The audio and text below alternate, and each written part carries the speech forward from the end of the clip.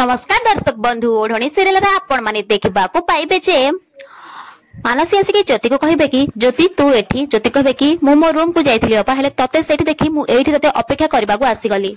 मानसी कहे अपेक्षा करबा को आसीछु ना दुख मनिया पे आसीछु। हां दुख लागिबनी केमिति तो स्वामीर मन जेतेबेले तोठी न थाय कि मोठी अछि। ज्योति कहे सेमिति तते लागुची अपा आउ से विश्वास बंचेकी रखिया पई तू कोनोसी भी स्तर को चली जाउछु आउ सेथि पई अन्यर क्षति करबा को भी पछौनु। आउ आजि तो सासु मांग जीवन भी चल जाथंदा हेले जहा हबा कथा हे सारिछि किंतु आ परे मु आ चुप रहिबिनी अपा। मानसी कहिबे कि तू आजि भी कोठी चुप थिलु तू समस्तंग आगरे मो ना ही नेलु हेले तो कथा कोन कि सुनिले जीवन बाबू कोन तो कथा विश्वास कले कि नाई ना ए धमक ना जाइकी आउ काहाकु दे।